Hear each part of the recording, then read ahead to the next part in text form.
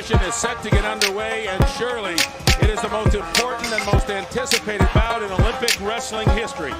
This man, Alexander Karelin, wants to set Olympic history. He wants to be the first four-time Olympic champion in this sport. He's already been the first three-time Olympic champion.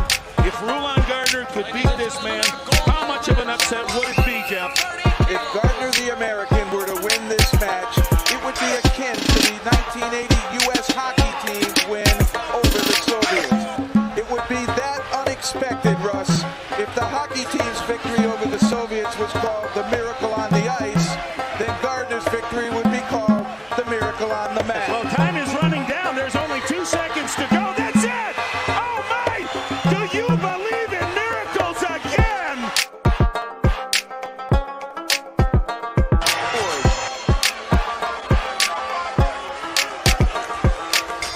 Oh, nice left hook already by Ann Wolf. Like the way that she threw that first right hand, and there's another one backing Vonda. And I think when Vonda... Yeah, swing one of those overhand rights way over, like trying to do that. You see Vonda a little tentative, though. I think she's already tasted a little bit of the power. But how many people were scared of her and did not really fight her? Oh, big right hand. One punch. That is it. Forget about the count. It is over. Unbelievable. That's cold.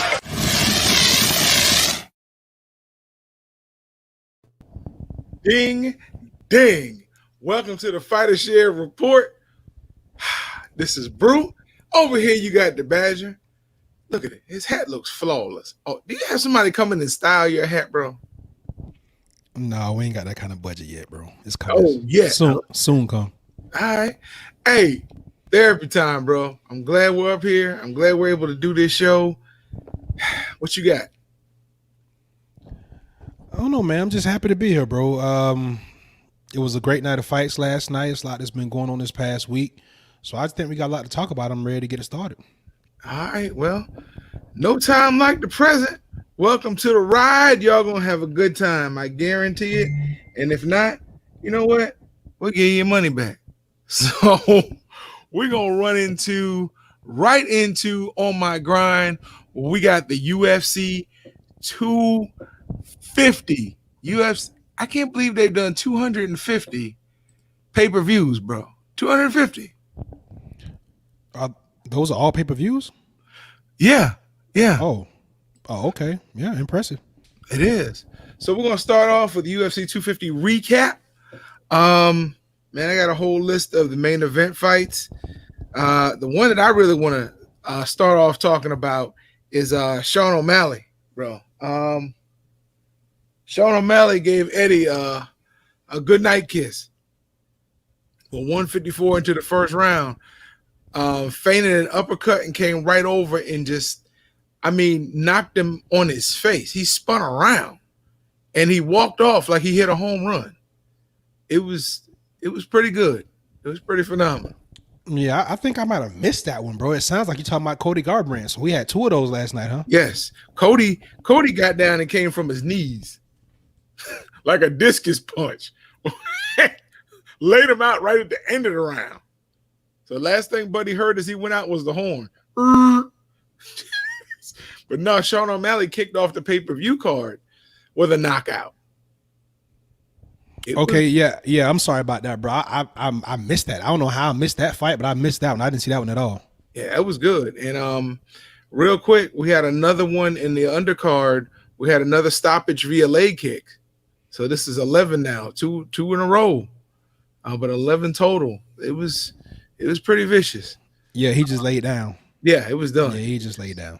Yeah, he made a sound on the way down, like ah! So they just referee had to step in on that one. Look, Aljamain Sterling, Jamaica, stand up. Listen, that was an impressive fight. Shout out to Brian Meadows, brother. Appreciate you checking in with us. Yeah, man. Listen, that was the fight I was looking forward to the most last night. Because I was a Corey Sandhagen fan. I had seen a few of Corey's fights, and Corey is a bad man. Corey Sandhagen is a bad man. I knew Aljamain Sterling would have the athletic attributes, But I felt like Sandhagen's patience, and sometimes when guys are just super athletic, like Aljamain Sterling, they usually walk in the traps and make mistakes. He came out all gas, no brakes, and it was over pretty quick. I was impressed, but let me tell you, it wasn't the technique. It was his strength. Yes. He had to be incredibly strong to re-grip that the way he did on his chin and to lock it out like that and then stretched him out. That was impressive. I know they teach that in jiu-jitsu class. I know a lot of guys are like, oh, it's basics. Yeah, but the way he did it, when you go back and watch that, that was a lot of strength involved. That was impressive, man. Shouts out to the Funk Master, man. That was a hell of a fight. Good job. I mean, I was impressed with that myself. And then we have, my bad, it just went away. Neil Magny. Yeah, Neil. Our Caribbean brothers and sisters had a good night last night. Jamaica and then Neil Magny for the Haitians. Bro, he does this every fight, man. He come out in the first round, he almost gives it away, right? Yeah. And then the second round is like he wakes up, and the third round is just, again, all gas, no brakes. I like Neil Magny. I'm becoming more and more of a fan. It's like my third or fourth fight I've watched of him. He's been on a pretty good roll here lately for the UFC. I like what I saw, man. The punches, right? Like the punch placement, the chin. And, I mean, he almost didn't give his opponent a chance to breathe. He just completely smothered him. I mean, Buddy was trying to back away. And now, don't get me wrong. At the end of the third round, Buddy started having a few shots that he landed in between there.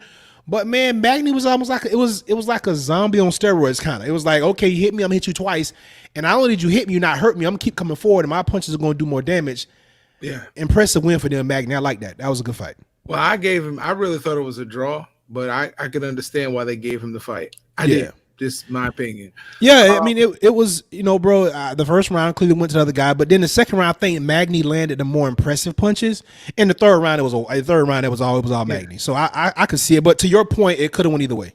So we kind of dealt with the Cody Garbrandt fight already. No, we did not. He knocked Buddy Smooth out, but we got that, and we got Amanda Nunes we got to deal with. About 20 seconds left. I'll let you have that one.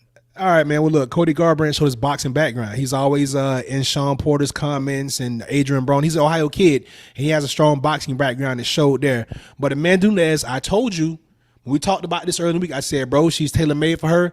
She's there to be hit. She's going to get beat up, and she got her ass whooped. Yeah. And for everybody talking about that she got heart, listen, this is combat sports. We know you got heart when you walked into the octagon or to the ring. Your corner will let you take that kind of abuse. Right. That was ridiculous. It is. And meanwhile, what's this? Showtime done with Paulie.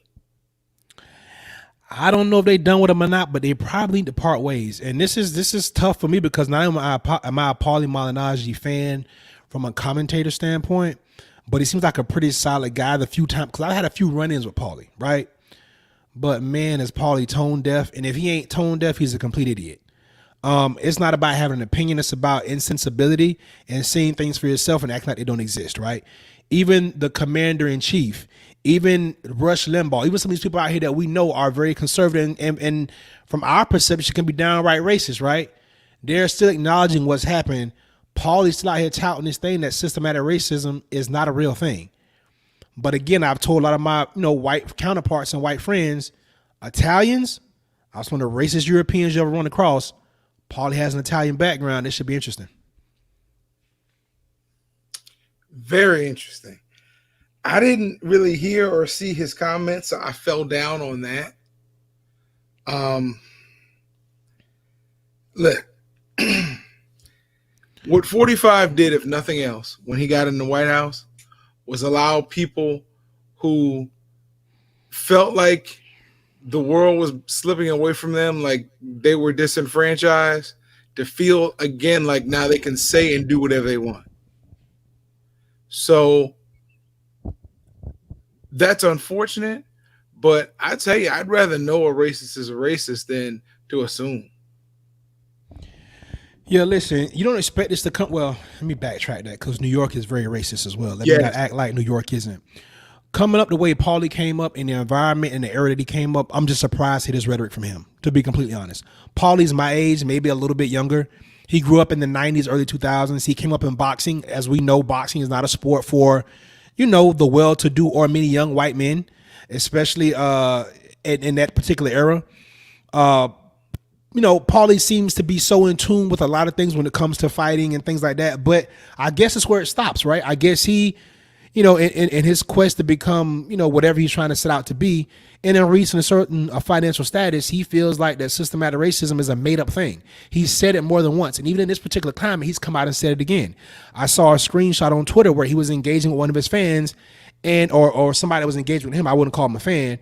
And they're like, well, do you believe, this was right after the George Floyd death. And he was like, well, do you believe systematic racism is a real thing? He was like, no, I still don't. So it's interesting hearing it from Paulie, man. Like I said, I met him on a few different occasions, had some conversations with him. Like I actually talked with this guy for 10 minutes or so. And to just hear this kind of ineptitude or tone deafness or just callousness or whatever you call it, it's just kind of disheartening, man. But I guess it is what it is, bro. It's this day and time, bro. Like I told you, I had a friend for 33 years.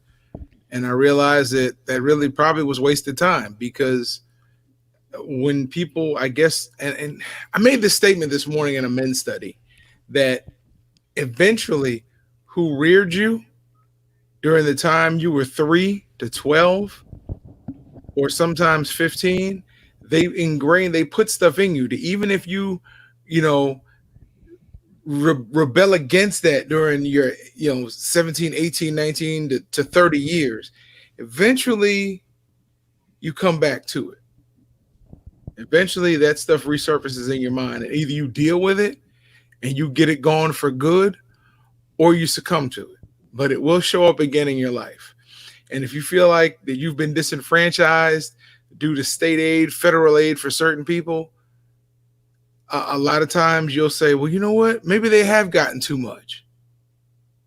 And stuff starts to surface. And if people don't deal with that, they get stuck in it.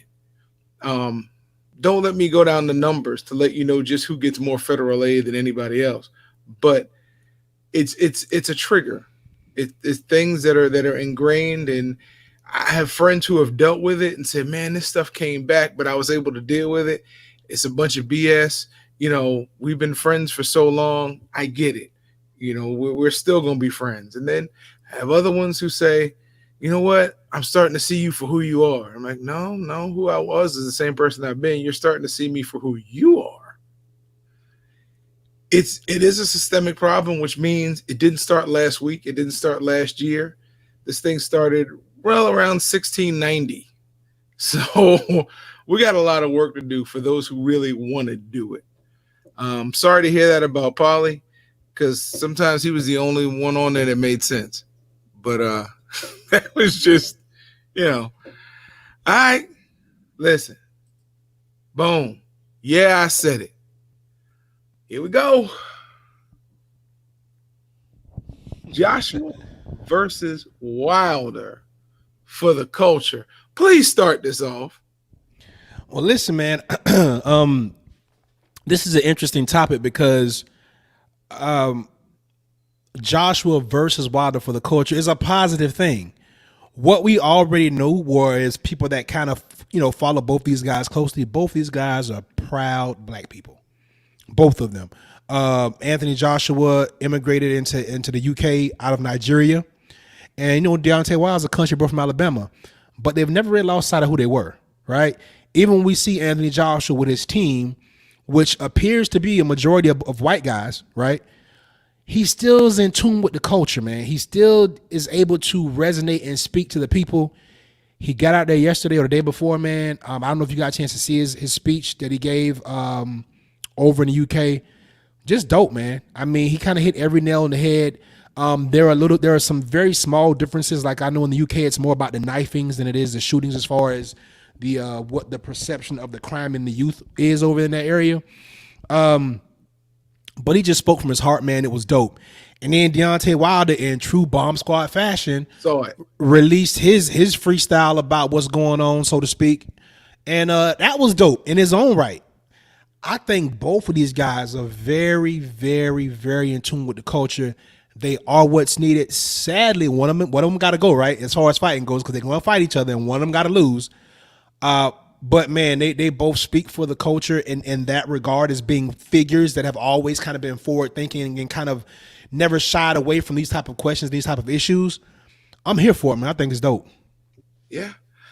I got to really start looking at Anthony Joshua and listening to him um, before and after the Ruiz fight. There were a lot of videos that I started seeing popping up on YouTube and other places about him away from the ring. Like up till then, I did not know he was an immigrant from Nigeria.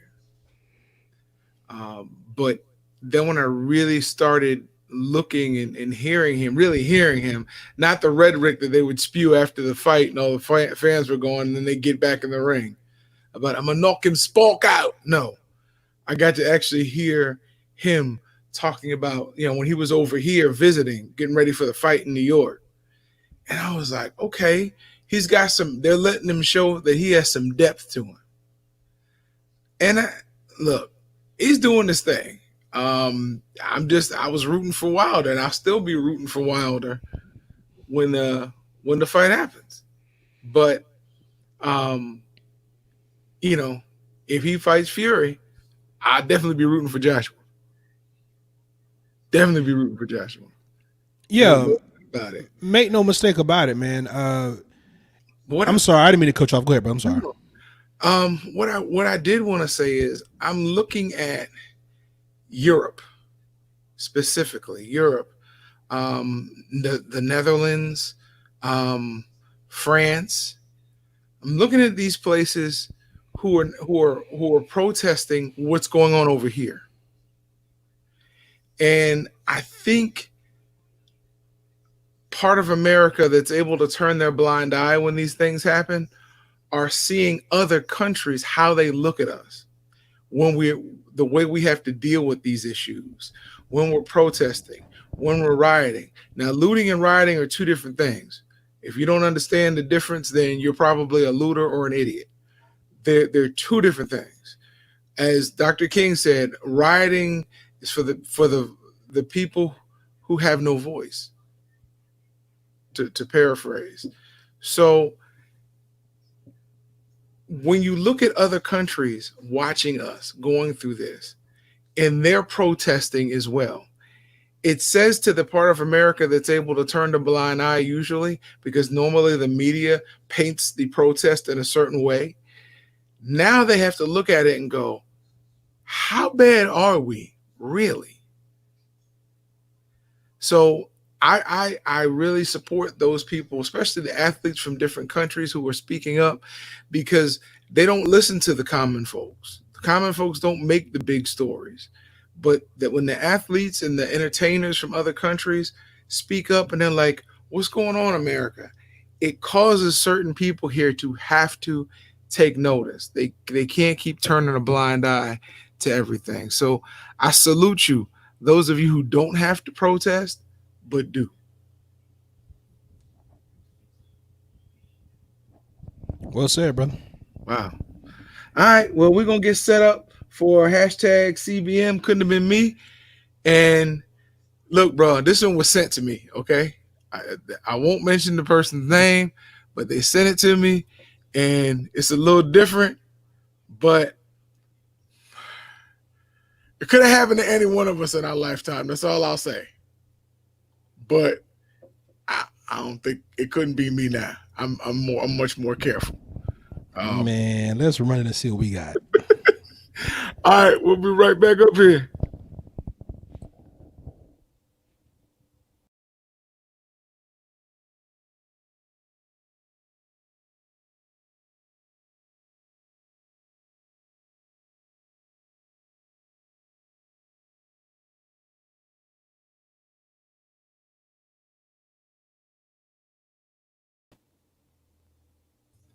All right, this should give you a clue to what it is. You ready?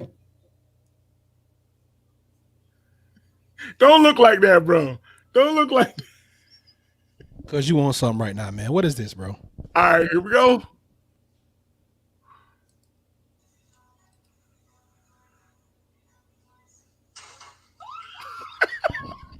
Whoa. Wow. Wow. Come on, bro. You know you've been there. Okay. Well, okay. You know, but that didn't happen.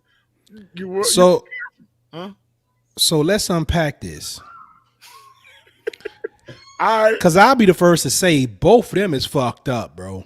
Like, she got it on her lower back and down her butt, and he got it right on the front of it. Yeah, listen, what we need to find out is the 2 days later, right? 48 hours after, right? What happened? Because, bro, that's crazy.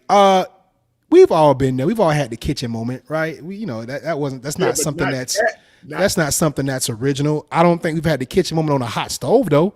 Right. Like, so you couldn't put on a counter? Y'all can turn the other way? Like, and why is her phone set up over the stove? Like, did y'all have this already mapped out? And if you didn't, it was really poor planning. Like, I don't understand what y'all thought y'all was going to accomplish with this. I mean, y'all cooking ramen noodles, whatever the hell y'all got going on. The eye of the stove was bright red. So y'all cooking with too much temperature, first of all. Like, what are y'all doing?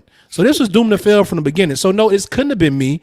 I wouldn't have done that. We would have had to turn around and move it on the counter. On the stove, bro.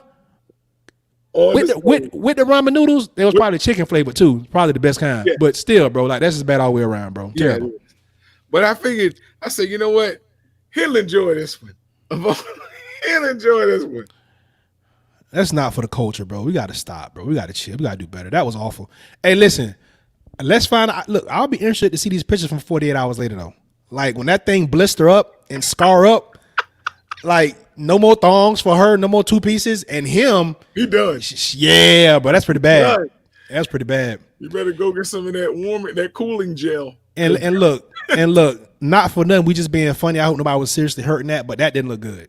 Hey, if you dumb enough to post it, I'm gonna talk about you. I ain't worried about your health at this point. You posted it. Not unless it was like a live thing. Ooh. You were terrible, bro. Ooh.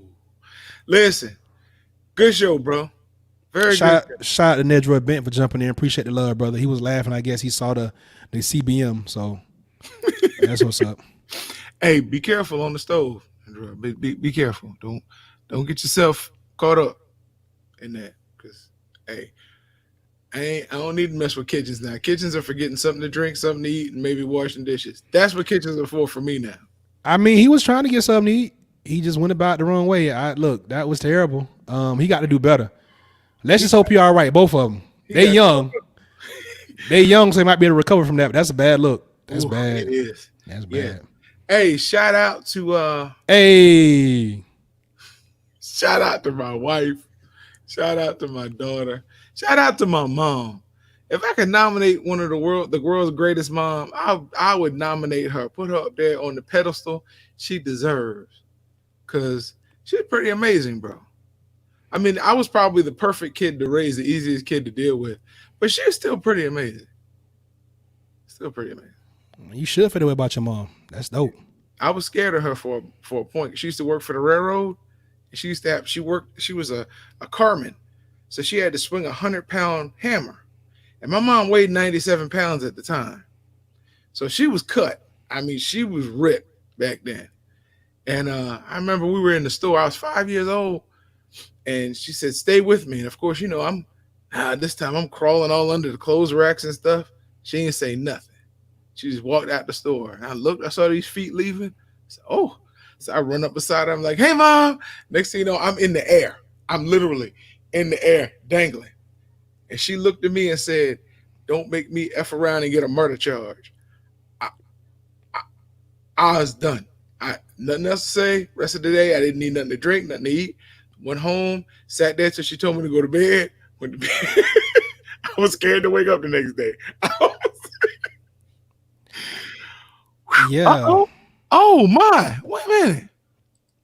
Yeah, that's why I said, hey, so you missed that part. I was already there. You can't see, so you missed it, but I saw it. But I noticed the essence that is Flashetta Jones. I noticed that. So I may not be able to see, but I know when I'm in the presence of greatness. Yeah, that's right. That's right. Glad sis tuned in. Appreciate the love. Even got dressed up for you. You got to chill, bro. What? You got to relax. Listen. I'm not going to do it this Sunday. I'll save it for the beatdown. I got a good story for y'all, a good joke for y'all if you tune in to the beatdown tomorrow and Tuesday and Thursday at 11 p.m. And you know what? I might have one for you on the Fighter Share next Wednesday at 7 p.m. So, look, we look forward to y'all each and every time we come up here. We do it for the fam. We do it for the culture. We don't really do it for the gram. Go ahead, bro. Well, just shout out your mom for being 98 pounds, because I'm trying to figure out, you could have gave her some, and the fact that she's able to pick you up at 5, that's also saying a lot about her. I'm sure you wasn't a skinny 5-year-old. I'm sure of it. But, Actually, I wasn't skinny, but I wasn't fat at that young. Oh, okay, that just happened when we turned 6. No, 8. That's I know better. you went to 6 because he had one finger free on his hand, but that's better. That's better. Shout out to everybody that tune in, that support us, man. Like my homeboy said, we here every Sunday and Wednesday at 7 p.m. The beatdown every Monday, Tuesday, and Thursday at 11 p.m. Shouts out to everybody that's a part of the movement, that's a part of the struggle. Everybody that's supporting us, we support you. That's pretty much all we got, man. Fight Share Nation. We out here. Okay, let that one go.